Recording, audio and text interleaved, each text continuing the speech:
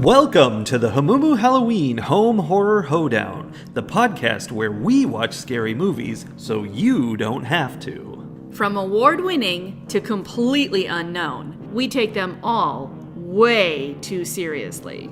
I'm your host, Mike Hummel. And I'm your host, Solange Hummel. Now, warning, we use a ghoulish number of spoilers, so watch the movies first. Second warning, we don't know anything about anything, so don't take us seriously as we take these movies seriously. You would be forgiven for thinking that a toy box is not a possessed vehicle. Well, that's a relief, because I was worried that that was a mortal sin that I couldn't be forgiven for. The Lord will forgive you for this. But not after you've seen the movie and realized that it is definitely a possessed vehicle.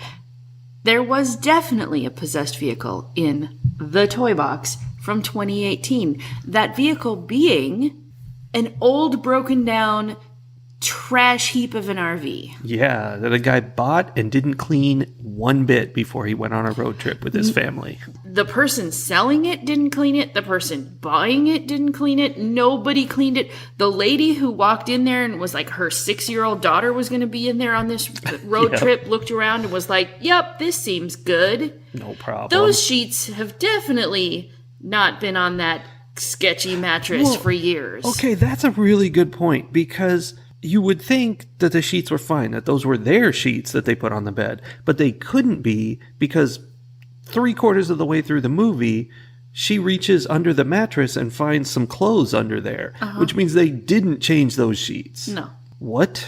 Gross. It's gross. The whole thing was gross. It really was. These people all deserve to die. I'm just kidding. Are you? I mean, maybe, but if I do think that, it's not because they didn't change the sheets. Okay. This movie begins in a tradition that we've seen where a random character is murdered violently, although violently is a bit of a stretch, but it seemed violent even though we didn't see anything. Yeah, he was like slammed up against the window, grasping sideways. Yeah, there was like a big monster in there throwing him around. Yeah, apparently way more of a monster than we ever saw in the movie. But he was some kid, and now he's dead. Yeah. And then his mom was like, hey, have you seen my son? And they're like, nope, we're just going to go get in our RV and get out of here. I kind of liked that little tiny crossover between what was essentially a cold open and the rest of the movie, because they didn't have to do that. Like, it was clear what had happened. Yeah. But then to have her be like, I'm looking for my son who went disappearing last night, it helped me not be so upset by the fact that during the cold open it was sitting there, and then I'm like, okay, now how many years later is it? And we're the RV sitting in the exact same position on the street? Like, clearly that's weird. Not years. No, it was just overnight. And it then kind of solidified the idea that these people didn't know. Like, it was just parked there while they were getting ready, overnight to go on their camping trip. Yeah, and not clean it up at all before the trip. Right. So, like, these folks had nothing to do with it being evil in this way. Like, it was evil in and of itself. Well, yeah, we know why it was evil. Well, we learned that much later, but even at the very beginning, it's very clear that none of these people are going to end up being the reason it's haunted. You know what I mean? That's true. So good on them for getting rid of some suspense. Well, okay, I say that, but then there was a point where I was like, is Grandpa going to end up being the weird, sketchy dude from the 70s? And when you said that, I'm like, that could be interesting. That could be much more interesting than what's going on. Yeah. But then that was immediately taken off the table because they found those pictures, and he's traveling with his 2 sons. And so, like, there's a picture of some guy from the 70s. His sons immediately would have been like, Dad, why is there this picture of you from when we were kids? Like, that's the dad they picture when they think of dad. Probably, is that time period. So, that was immediately nixed. But it would have been an interesting storyline. That's Grandpa Charlie, his 2 sons, Steve and Jay. Yep. Steve's wife, no name. Did she ever end up with a name? I mean, it's possible that she did at some point have a name, but I never caught it. That's really strange. That is super weird. Very, probably second most main character, never named. And I was specifically trying to get her name because, didn't have it written down. And so when people would talk to her, I would, was looking to be hey, what are they going to call her? And, even her husband was just honey, and never called her by her name. Yeah. Maybe her name was Honey. Maybe. I don't think so, but maybe. I just ended up calling her Mommy throughout the whole Yes, thing. someone else did too. Olivia, her daughter. And then we have Bentley, the dog, whose story arc is he gets in the RV, doesn't like it, barks at it, and everyone's like, calm down, Bentley. And then eventually when the RV crashes and leaves them stranded in the desert, that happens. He Spoilers. gets out and runs away, and we never, ever see him again. No, okay. Did he run away, or was that a lie that the dog? Were we supposed to see that the dog died in the crash? No, he ran out the door. Okay. I saw him leave. Because the way the dad, Steve, was like, "Don't worry, honey." He just He's in a better place. Going for a walk. He'll be back sometime soon. I was like, oh, did he go to a farm upstate? No. Did you bury him in a hole somewhere while she wasn't looking? And then later, when they started talking about how, somebody has to go walking to the road to get help and whatever, nobody's going to find us out here. I was like, oh, Bentley's going to come to the rescue at the end. Would have been nice of Bentley. But none of that was a thing. He just disappeared. And then the people forgot that they had a dog in the first place. Yeah, they really did. Well, there was a lot of that because they meet up. Sam and Mark are a couple that... Well, okay. I have to interrupt momentarily here because they seem like they might be a couple. They do. And they are a couple of people. But it turns out they're actually brother and sister. Yeah, that's true. I forgot. Which honestly makes it less weird that I immediately thought, oh, Sam, the girl, and Jay, the deadbeat brother who was not married, I was like, oh, these two are going to be the two that are left at the end. Yeah. And they're going to be a couple at the end, which is ironic because they met immediately before Sam's husband died in a crash.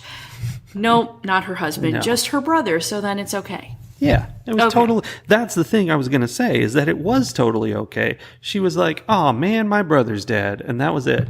Yeah. And there's a lot of that in this movie where they're like, this is a short movie. We don't have the time. Let's just...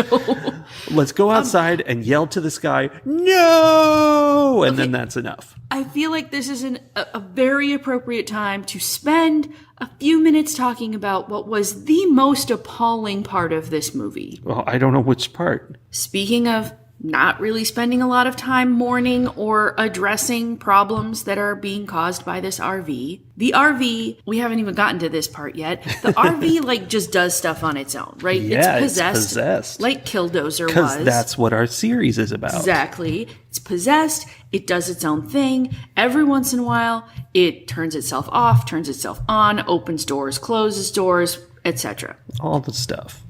So it crashes itself in the desert to strand them all and, starts killing them one by one.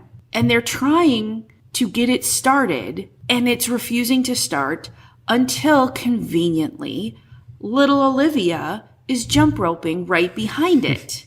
She had to jump rope where Mommy could see her. Yes, directly behind Mommy and directly behind the RV was the place she chose when her mother said, yes, you may jump rope as long as you're where I can see you. And then Mommy just closed her eyes and took a nap. Yes. These parents were terrible. Clearly. Okay, so obviously this is the point where the RV is like, yum, 6-year-old. So it goes from refusing to start to suddenly starting for no reason, turning the key by itself and everything. And putting itself in reverse. Which frankly is not necessary. It could have jumped itself in a, sparked its whatever, turned the key. And backed over Olivia. Oh, I know what you're talking about Who is now. I now forgot this issue. Under the RV. Right? We think. It's where she should be. We will never know because they don't bother to look. Not one person leans over and looks underneath. There are 5 adults alive at this point. They are all freaking out. They're all trying to push the RV, Yeah. not moving it a centimeter. Mm-hmm. And not one of them looks under the RV, which we see in multiple shots from outside, has a clearance of like, I don't know, at least 2 feet. It's no problem. You just go right under there. A 6-year-old could lay under this RV. Well, that's part of it too, is this thing backed up 5 feet to hit her from a dead stop. So she's not dead. Also, she was directly in the middle of it. It backed up over her.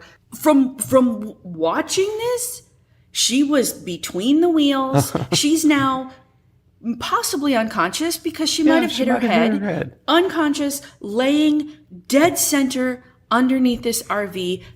No wheels went over her. She's just under there, unconscious. Yeah. And they're all screaming, yelling. When they can't push the RV, they literally, within like 15 seconds, they gave it a try. Yeah, when they can't move the RV after about 15 seconds, they're like, well, there's nothing else we can do. And they just stop. Well, that's not all they do, because Steve, her dad, goes in and gets a blanket from inside the RV and shoves it underneath from one side of the RV, kind of like, this'll cover her up. Still not looking underneath the RV. Yeah, he's just like, let's just do that. So essentially taking any chance that if she is under there unconscious and wakes up, they A, won't hear her calling them, and B, she won't be able to crawl out because he's closed that gap. Yes, he smothered her. With like a packing blanket, basically. They had 2 of these handily on board because those were the things that they needed to cover up bodies with. They also covered up Mark's body with one. And but they couldn't get her body or see her body because they very carefully didn't look for her. It was under the RV, though. So they couldn't lay it out over her, so he just stuffed it next to her. Yeah. What security blanket is wrong with these people? To be fair, there was a shoe that they showed a shot of, a little kid's shoe somewhere out in the sand, and I think a spot of blood next to it. So she's gone. Yeah, because like you pointed out, it went from a dead stop and moved like maybe 5 feet before it hit her. So clearly it had picked up enough speed to knock her out of her shoes. Yes. Well, that's the possession of the RV. They did manage to find the bloody jump rope, which was underneath one of the wheels. Mm-hmm. And that was my other favorite part of it, because this guy, not only was he a great dad, he was a fantastic husband. He pulls the bloody jump rope out from under the tire, goes into the RV where his wife is sitting like in shock, like just blank face, staring at nothing at the table in the RV, and just like thunks it down in front of her. It's like, this is what you did, which is fair because this is her fault. I mean, he didn't say anything. He just like thunk, drops it in front of her. But yeah, like what? And so he's mad at her for not watching her. Fair. He's mad at his brother for running over his daughter. Yeah, which, because his brother was sitting in the driver's seat trying to do something, and it decided to do the backwards thing. So that as far as they can tell, he drove it backwards. Yeah. And I mean, okay, yeah. I think the assumption would be that you did something wrong rather than the RV is haunted. Good, fair assumption. But, yeah. That's another exciting adventure when his dad is trapped outside and they're all trapped inside. Steve is sitting in the driver's seat, and I guess they're trying to start it up or whatever. And the RV, this is the first time it ever does this, it magically grabs onto his arms and forces him to be holding the steering wheel, and it starts chasing the guy down, the grandpa, and it just follows him. And first of all, great moment in cinema history where he can't figure out to go sideways. He can only run in the direction the RV is moving. Backwards. Backwards. And like it starts up and it's like, and he's like, oh no, what can I do? There's no escape. And he never tries going sideways. So somehow he's outrunning the RV, which is great. Backwards. And it chases him through the desert, jumping up and down on all these sand hills. And eventually it appears to plow into him. Mm-hmm. And a couple seconds later, he gets up and he's like, whoa, that was close. Woo! And he didn't fine. get knocked out of his shoes. No, he's totally fine. Yeah. And the RV was going like 40 at that point. That was not the same. Also, this is a man, we haven't mentioned this. In one of the early attempts to start the RV, he like sticks his hand in through the front grill in to try to, I don't know what he thought he was doing, but he's like trying to do a thing. Could be tightened or whatever. And conveniently has his arm between the blades of some fan belt spinny thing. Yes. An engine spinny. Yes. And so, of course, as he's in there fiddling around, the RV is like, here's an opportunity. And it turns on briefly to cut his arm up with the blades. Which, at first, they're like, we have to get him to a hospital. He's going to die. He's going to bleed out. Yeah. They wrap up his arm. concerning. It's bleeding. It's terrible. It looks terrible. He not only doesn't die, but he's like up and walking around the next day. He's essentially fine. I don't know what, he made such a big deal out of it, but then it was, he was fine. He spent a day in a lot of pain and taking drugs. Pretending to be in a lot of pain. Yeah. But then he could run through the desert and get hit by an RV and be fine. Everything's cool. He was so fine that I'm pretty sure it didn't hit him. It stopped chasing. It thumped into the sand and was like, all right. Maybe. So he decides he's going to be the one to go for a walk because at this point we're kind of far into the movie and a lot of people are dead. But he decides he's going to be the one who goes to walk for the road, and the RV forces Steve to shoot him. That's right. In the back. Now, in this case, we catch glimpses of what's really going on, which is that the ghost of the serial killer we haven't mentioned actually grabs his arm and pushes his arm to where he's doing aims this. it and pulls the trigger, forces him to do it. So there is somebody there doing this. And I guess when he was being forced to drive the RV, he must have done a here's how you drive lesson. Okay, so let's talk about this serial killer. So we find the titular line as this is revealed.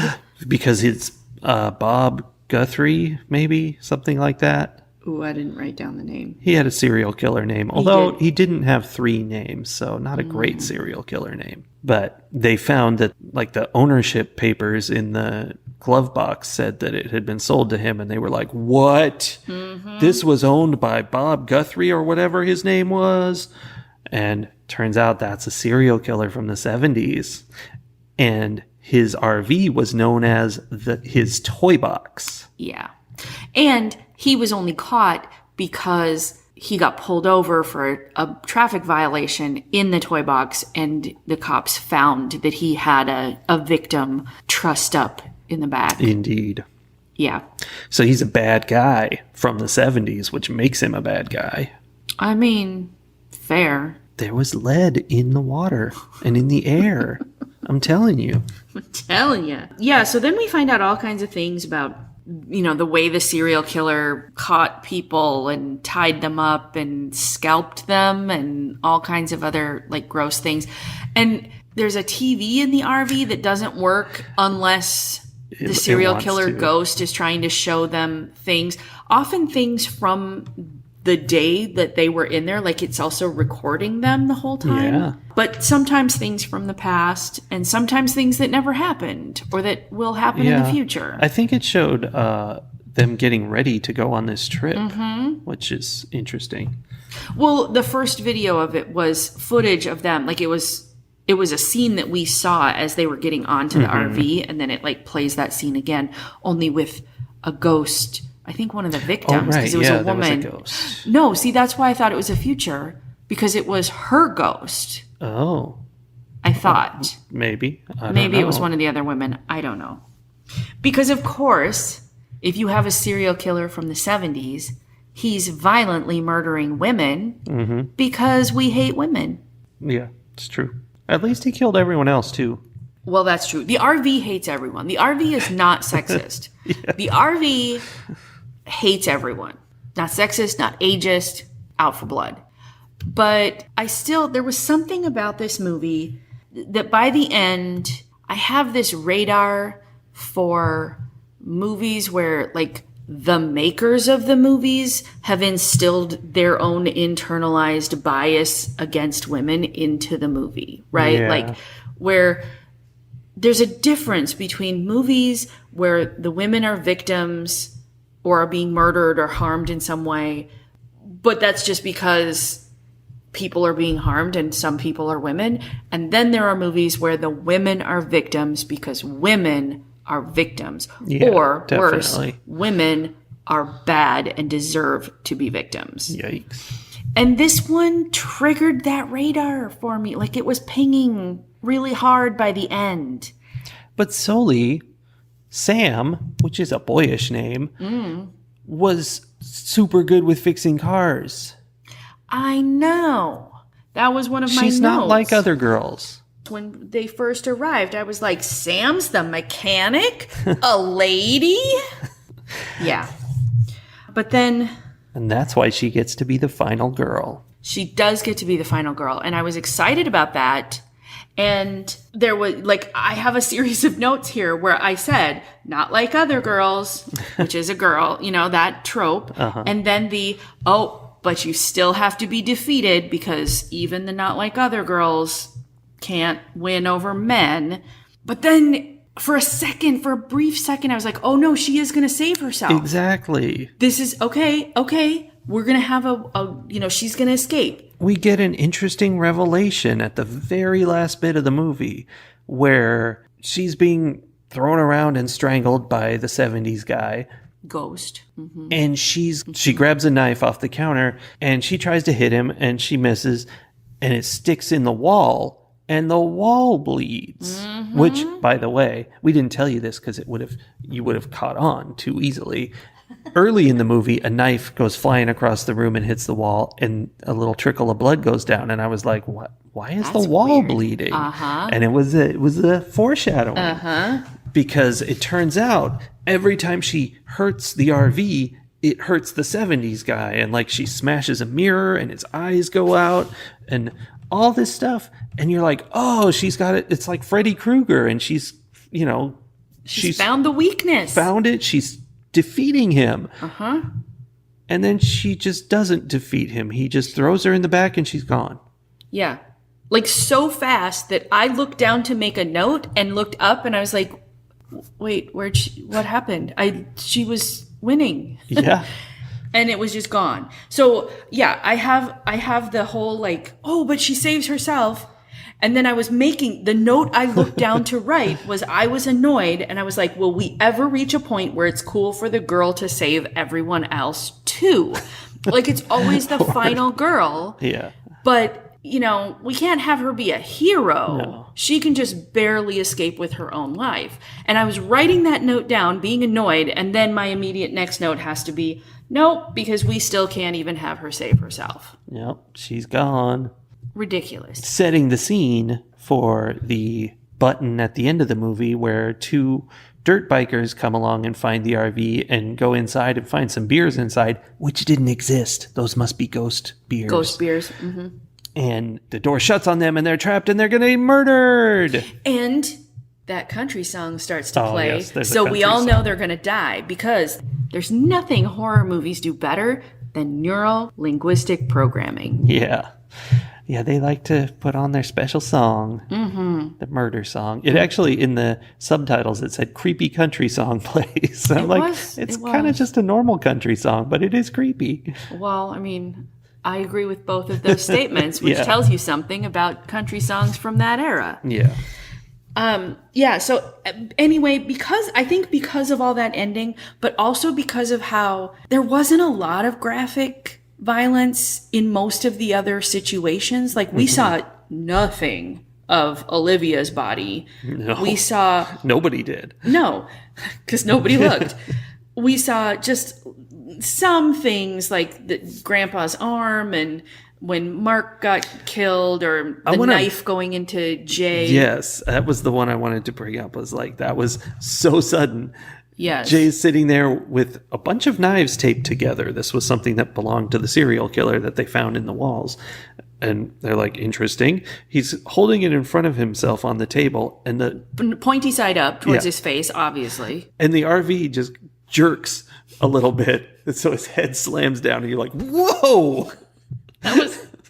I kind of appreciated that. That was one. very sudden death. It was, but even that, like, it was. I mean, it's not something you want to see, but it wasn't like overtly gory or violent. Even it was so fast. That was pretty violent. Okay.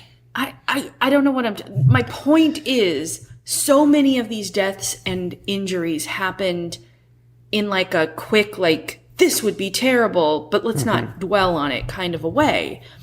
Whereas both of the women were attacked at length with lots of like, let's look at her face turning purple as she's being strangled. Yeah, and there's let's, a lot of strangling. There was just a lot of very in your face, on camera violence towards the two women. In There the was, movie. and those aren't the only two, because we got some ghost vision views of him scalping someone in the 70s. Like that, like was magically happening in front of them. So yeah. It's definitely a whole helping of that. And I think that is the piece. And I didn't really pick up on it until right now. Like, I couldn't put my finger on it until we started talking about it. But that's the thing, is that I noticed subconsciously the difference between how those deaths were handled. And that just only reads as misogyny to me. That makes a lot of sense. I think you're right.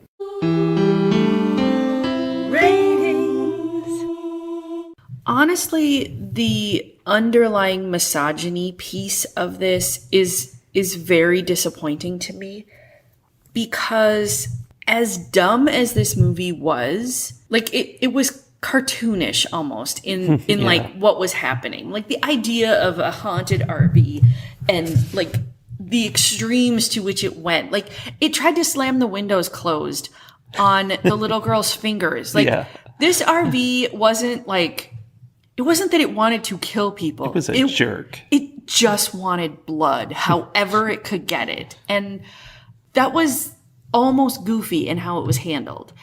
And I enjoyed that. Like, I liked that. And as terrible as the acting was, and as many things where I was like, that doesn't make any sense, it was to the extreme where I found it humorous, not bothersome. Yeah. So I really was kind of enjoying this movie. And then it got to the points where, like, right around the point when the creepy 70s ghost strangles mommy, that was the point where I was like, oh, I'm not enjoying this anymore, because now this movie just hates women. Where before it was a goofy movie about a bloodthirsty RV. Yeah. So it's really disappointing that, like, the last, I don't know, third, maybe quarter, but it felt more like a third of the movie was like, oh, well, bleh.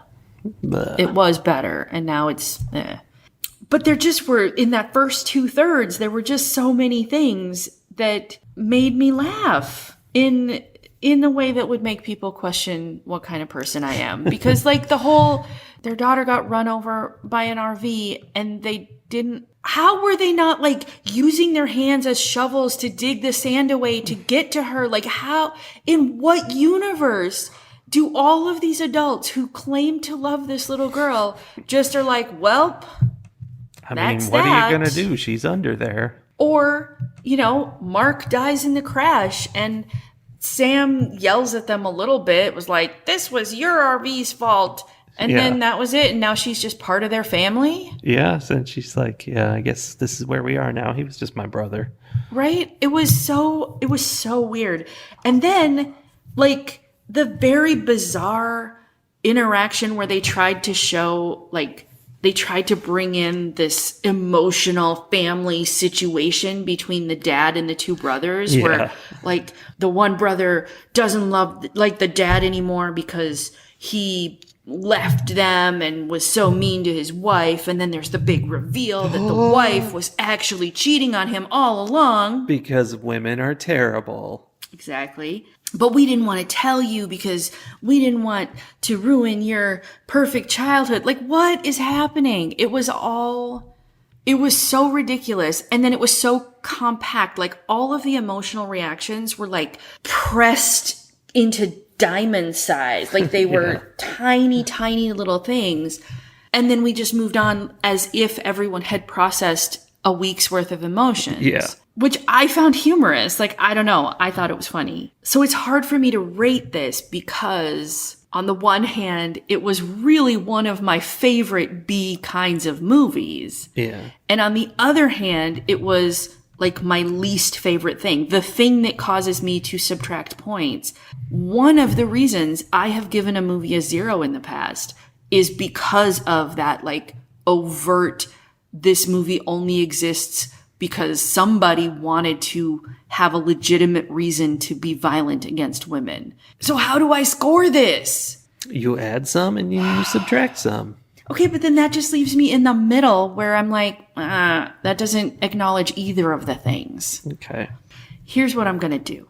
I'm going to give Toybox 4 plaid graduation suits out of 5. What? I know. What is happening right now?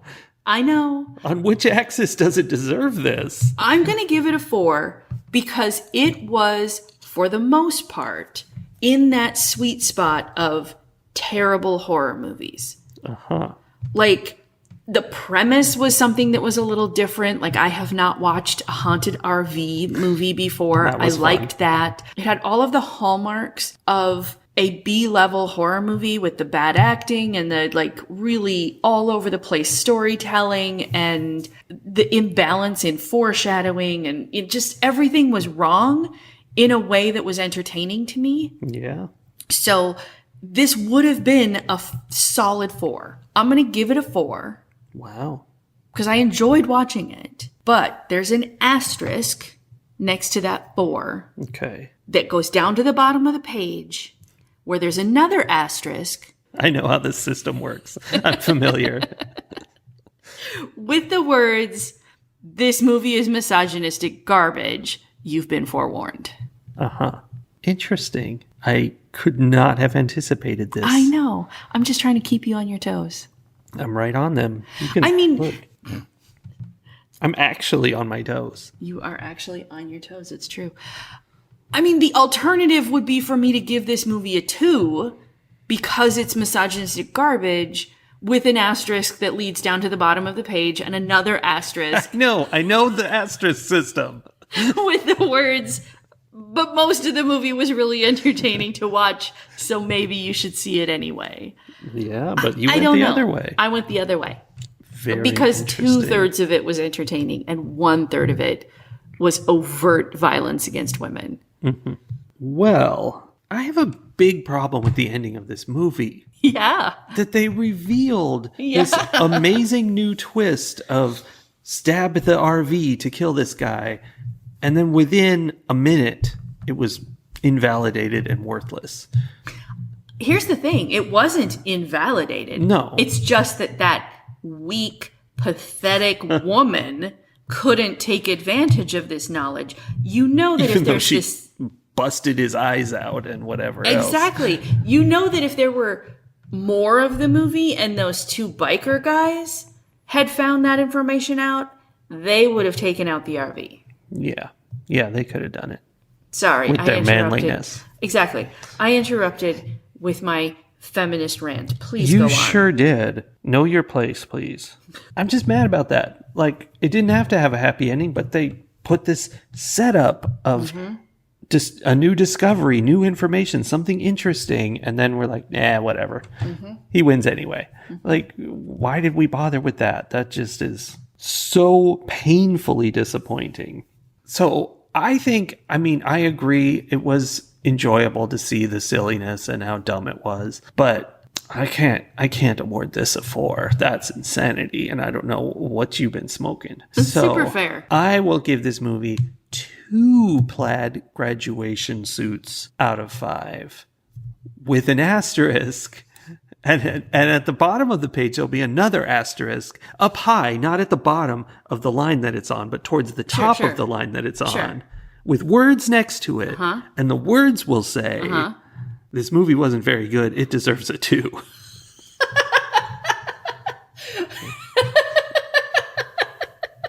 Fair. I mean, to be completely transparent, I am sure that on a different day, if I were in a slightly different mood, I would have scored this movie completely differently and possibly talked about it completely differently through the entire review. Like, I think that this one is so subjective that, like, even my own self on multiple different days would feel differently about it. Yeah, it's an interesting sort of area of bad movie that it's kind of not high budget, but kind of middle budget. And, you know, it's got Denise Richards is in it. So it's like sort of, it's B grade, but it's not C grade. Wait, was she the mom? Yeah. That explains why she had to have perfect hair through almost the entire movie. I didn't pay a whole lot of attention while she was actually being murdered. Oh, I'm pretty sure it was still fine. I think so. But like lots of other things, including after her daughter was run over by an RV and she tried to push the RV out of the way. And after she had been in an RV accident and had been riding in an RV with no AC and windows that wouldn't open for at least an hour, probably more like 2 hours. All of those things happened, and she still had perfectly waved, beautiful, long blonde curls. I mean, that's her contract. Yes. It's like in some of those old, like, 40s and 50s movies where certain actresses, whenever they had close-ups, like, suddenly there's Vaseline smeared all over the lens, and it's like they have that, like, hazy, oh, we're slightly out of focus, so you can't see that I have a few wrinkles next to my eyes thing happening. Yeah. But in this case, it was Vaseline my hair. in her hair. Yes. In this case, it was my hair must be perfect at all times. It was ridiculous. Yeah. So that's 3 haunted vehicles. Our motorboat, our killer dozer, and our Toybox / RV. RV named Toybox. Yes. And so next week, we will wrap up this series with one final movie about a haunted vehicle. What will it be? The tension is incredible. I hope that it's a foreign film. Do you? Yes, a little spice from the distant south.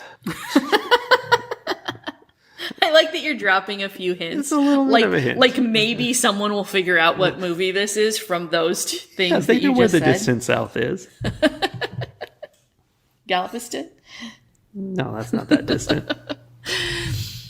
All right, well, we'll be back again next week. Yeah, it's going to be fun. Bye, everybody. Bye.